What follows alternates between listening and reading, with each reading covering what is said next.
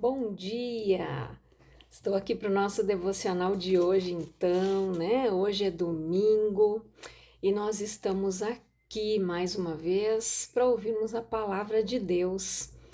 Então, eu vou ler com você hoje Salmo 119, versículo 1, diz assim: Bem-aventurados os que trilham caminhos retos e andam na lei do Senhor. Bem-aventurados os que guardam seus testemunhos e o buscam de todo o coração, e não praticam iniquidade, mas andam em seus caminhos. Tu ordenaste os teus mandamentos para que diligentemente os observássemos.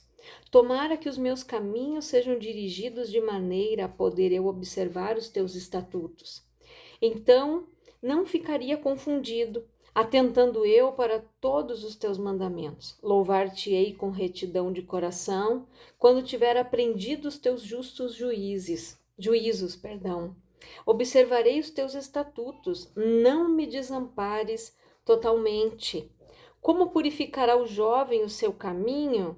Observando-o conforme a tua palavra. De todo o meu coração te busquei.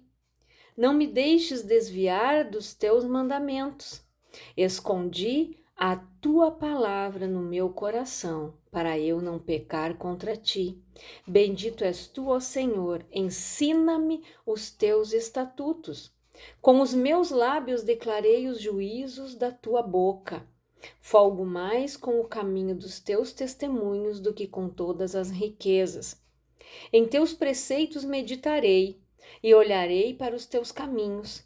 Alegrar-me-ei nos teus estatutos, não me esquecerei da tua palavra. Faze bem ao teu servo, para que viva e observe a tua palavra. Desvenda os meus olhos, para que veja as maravilhas da tua lei. Então, olha o que o salmista disse aqui, né? Bem-aventurado, feliz é a pessoa que guarda, né, os mandamentos. É aquele que trilha o caminho reto e anda na lei do Senhor. Esta pessoa, ela é bem-aventurada, ela é feliz, ela é bem-sucedida. Quando as pessoas não têm o conhecimento da palavra de Deus, o que elas fazem? Elas voltam o seu olhar sempre para as coisas terrenas, para as coisas do mundo. Muitos, né, almejam ter a vida do outro, começam a olhar para a vida do outro, né? Por quê? Porque muitas vezes esta pessoa foi ressentida, amargurada, não teve esse conhecimento, né? Então, quando você está longe do propósito, fora da direção de Deus, a sua vida é justamente assim: olhar à sua volta, querer o que as pessoas possuem, sem ao menos saber se aquilo é o melhor para você. A escassez nos faz andar por aquilo que falta, não por aquilo que temos. Decida caminhar em direção à vontade de Deus e a sua realidade será mudada. Quando nós andamos longe do caminho, longe do propósito de Deus, quando não guardamos os seus mandamentos, os seus estatutos, a sua palavra, nós andamos fora do propósito de Deus. E quando as pessoas estão fora deste propósito, elas estão na escassez. Quantas pessoas estão ali, né? Presas no medo, procrastinando as coisas na sua vida, na insegurança, nas mágoas, nos ressentimentos, presa nas amarguras, no passado. Quando as pessoas estão nesta margem, ou seja, né, da escassez, ela não consegue viver o melhor que Deus tem para a vida dela. O salmista disse aqui: como purificará o jovem o seu caminho? Observando conforme a tua palavra. Quando nós passamos a observar a palavra de Deus, nós começamos a viver e pensar, ter atitudes diferentes. Nós começamos a proceder de uma forma diferente. Nós começamos a olhar e ver o que Deus tem para mim. Como eu li antes ali.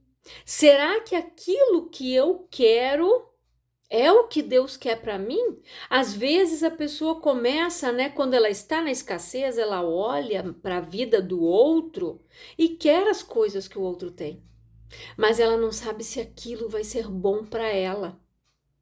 Então nós precisamos orar, pedir para Deus nos dar direção, ir pelo caminho.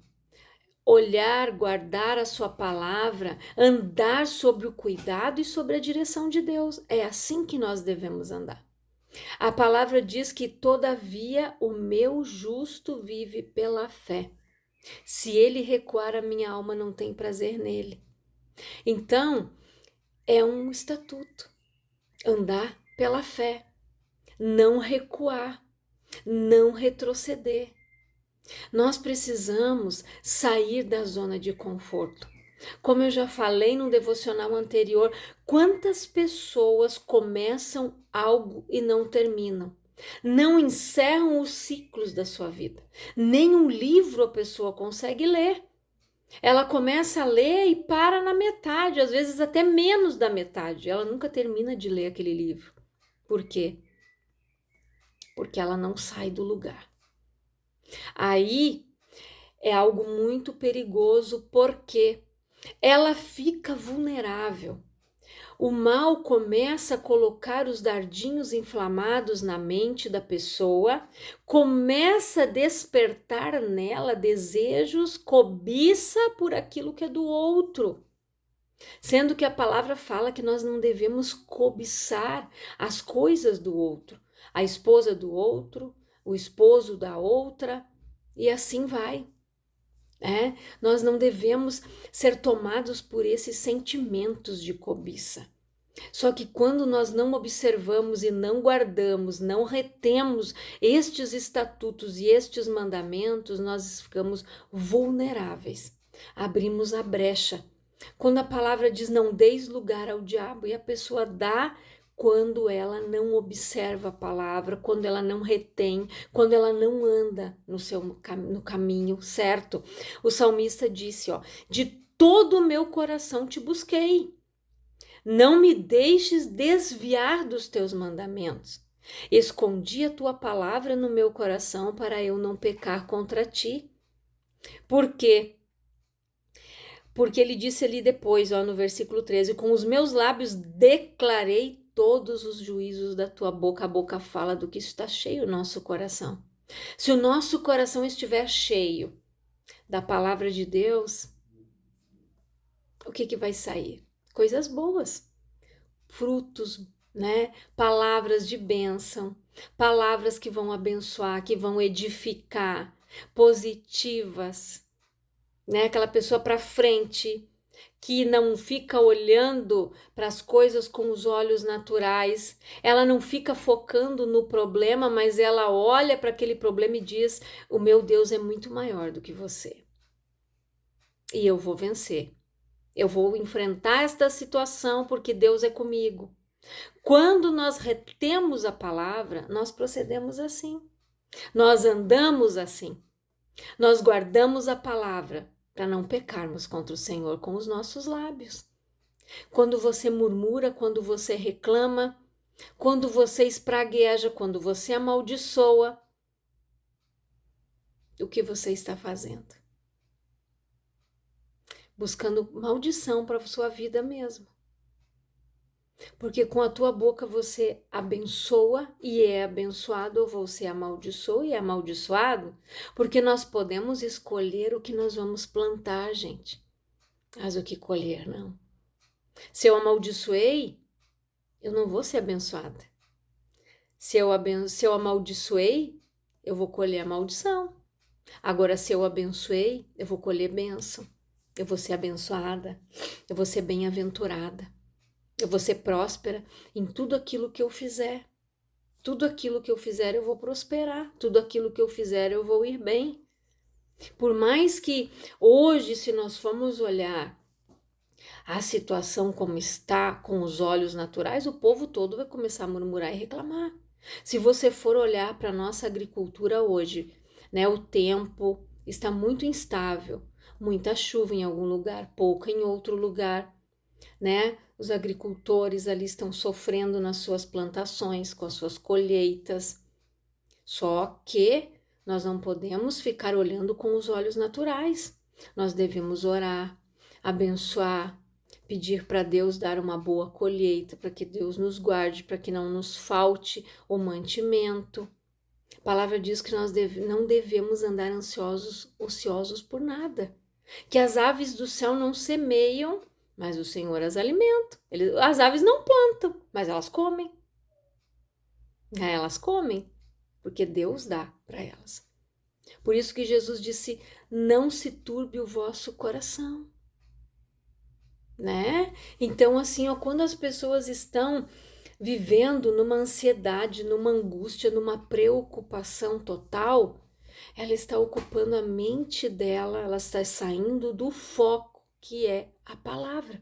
Ela está saindo da direção. Ela deve focar aqui, nos estatutos, nos mandamentos e guardar a palavra do Senhor no coração dela. Fique com a palavra. Não olhe para a seca.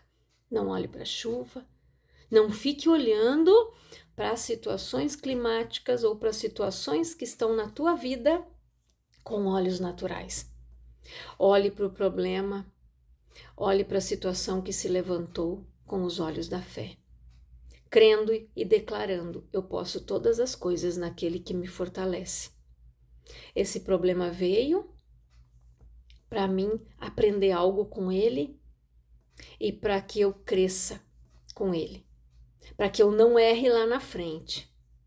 Se nós hoje passamos por alguma situação, é porque Deus está nos alertando, nos ensinando a sair de uma situação futura que você vai enfrentar parecida com essa ou até pior um pouquinho. Então Deus, ele nos aperfeiçoa.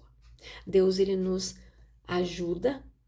Ele nos dá a direção, nos dá as armas, né, para nós lutarmos contra a situação que se levantou. E não se esqueça que a nossa luta, ela não é contra a carne e o sangue. Ela é espiritual, contra hostes e principados da maldade em lugares celestiais. Esta é a nossa luta.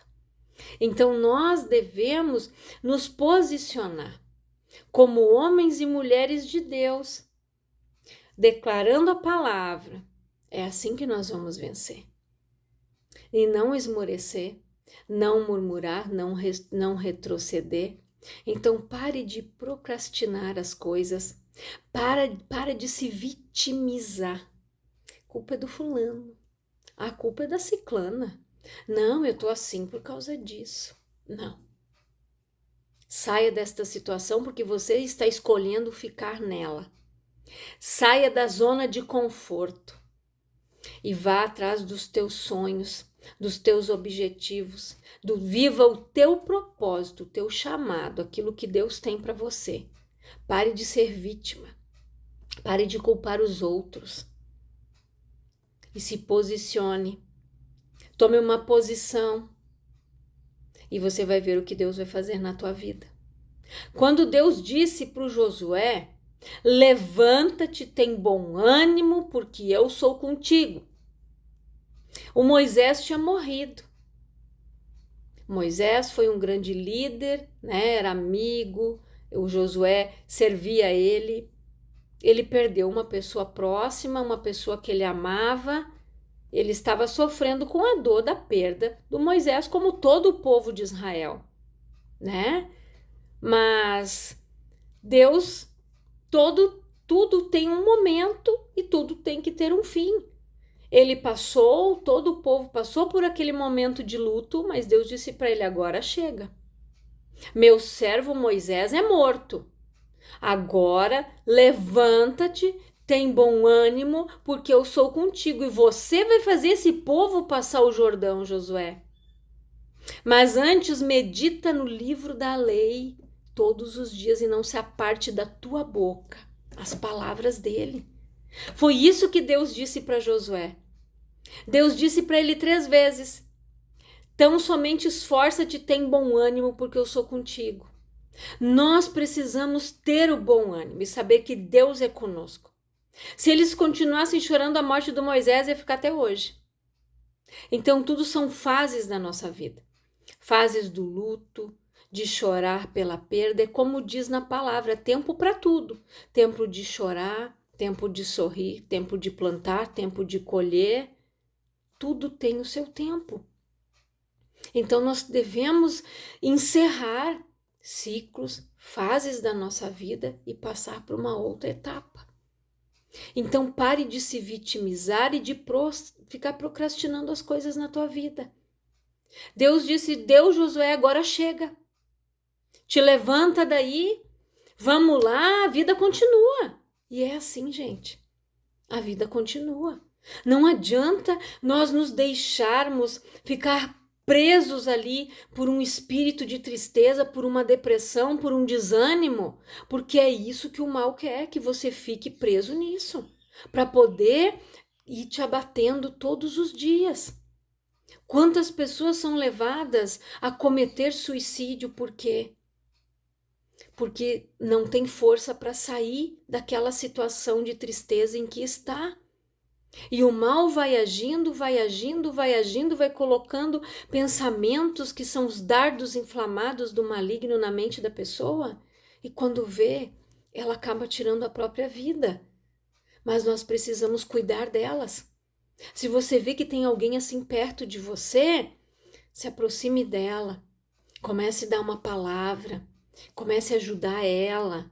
Dizer: não, você vai vencer, você vai sair dessa, vamos na igreja, vamos tal lugar. Você deve cuidar dessa pessoa. Dar um ânimo para ela. Dizer para ela: Deus, agora chega. Vamos sair desse quarto, vamos numa loja, vamos tomar um sorvete. É assim, gente. Então, fica com esta palavra no teu coração, medita nela.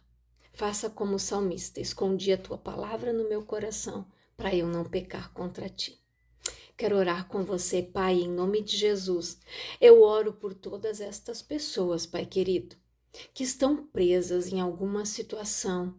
Que o Senhor dê o bom ânimo para que elas levantem como Josué, e que fez o povo passar o Jordão, que ela passe o Jordão, que ela consiga passar desta fase em que ela está, Pai, com a tua ajuda, com a tua direção, com a tua bênção, com o teu mover. Pai, que o Espírito Santo venha mover as águas da vida desta pessoa e que ela possa sair da procrastinação, do vitimismo, da depressão, que ela consiga, Pai, passar por esta fase e que ela viva o propósito que o Senhor tem para a vida dela e não fique almejando viver a vida do outro, mas que ela viva a vida e a vida em abundância que o Senhor Jesus veio para dar. Que Deus abençoe a tua vida grandiosamente, em nome de Jesus.